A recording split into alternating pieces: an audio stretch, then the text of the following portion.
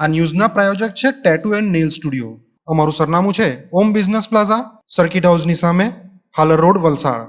અને પ્રીત estate agency. Flat, બંગલો, plot, વાડી, farm house, factory તેમજ ઓફિસના લે વેચ માટે અથવા ભાડા માટે સંપર્ક કરો.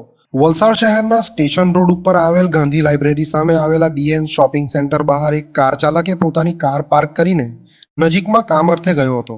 કારમાં મૂકેલી બેગ ઉપર અજાણ્યા તસ્કરોની નજર પડતા તસ્કરીનો પ્રયાસ કર્યો હતો. સામે આવેલી એક દુકાનના દુકાનદારે તસ્કરોની ગતિવિધિઓ ઉપર શંકા જતા તસ્કરીના પ્રયાસને નિષ્ફળ બનાવવા ચોર ચોર કરીને બૂમો મારી હતી. બૂમાબૂમ થતા તસ્કરો કારમાં બેગ મૂકી ભાગી ગયા હતા. દુકાનદારે દુકાન ખુલ્લી મૂકીને 500 મીટર સુધી તસ્કરોનો પીછો કર્યો હતો અને ગૌરવ પથ ઉપર 3 તસ્કરો પૈકી 2 તસ્કરોને ઝડપી પાડ્યા હતા.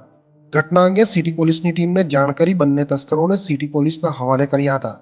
વેપારીએ દુકાનના સીસીટીવી ફૂટેજમાં તસ્કરોની તમામ હરકતોના ફૂટેજ પોલીસને આપી બંને તસ્કરો વિરુદ્ધ ફરિયાદ નોંધવાની તજવીજ હાથ ધરી છે.